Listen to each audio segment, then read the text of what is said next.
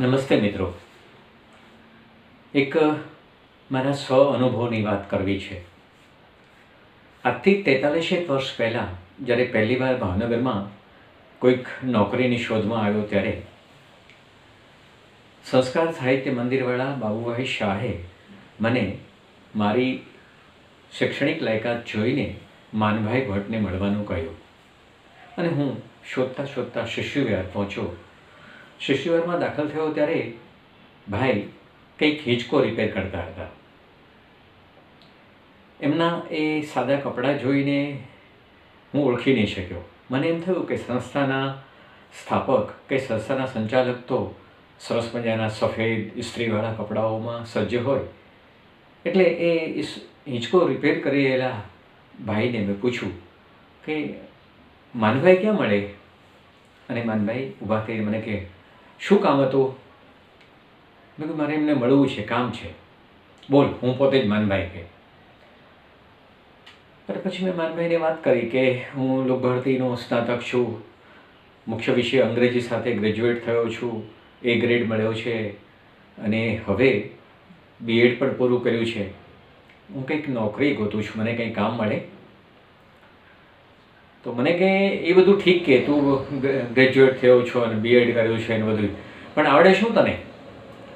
એટલે બધું અંગ્રેજી ભણાવી શકું, ચિત્રકામ મને આવડે, ચિત્ર શીખવાડી શકું, ચાલ મારી હારે। ભાઈ આગળ અને મને પાછળ લઈ ગયા।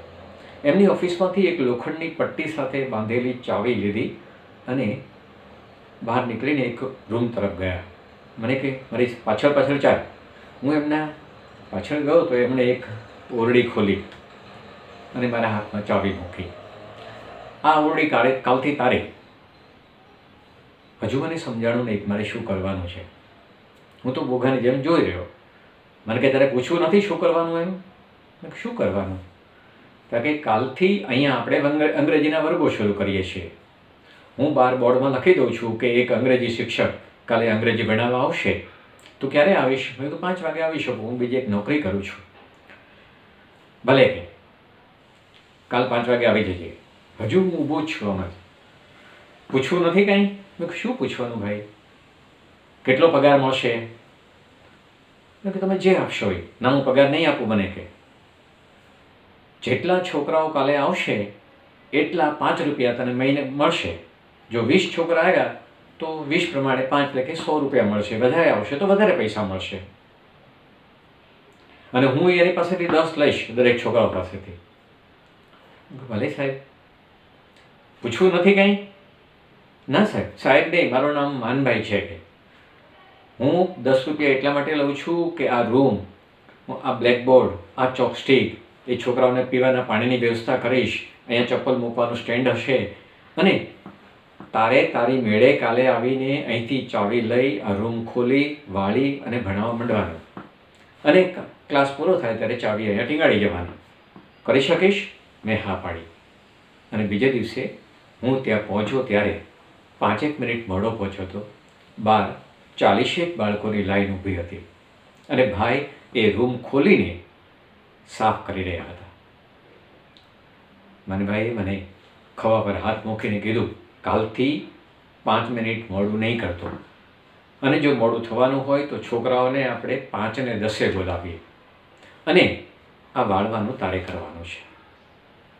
મારી ખૂબ જરૂર હતી અને મેં એ કામ સ્વીકારી લીધું।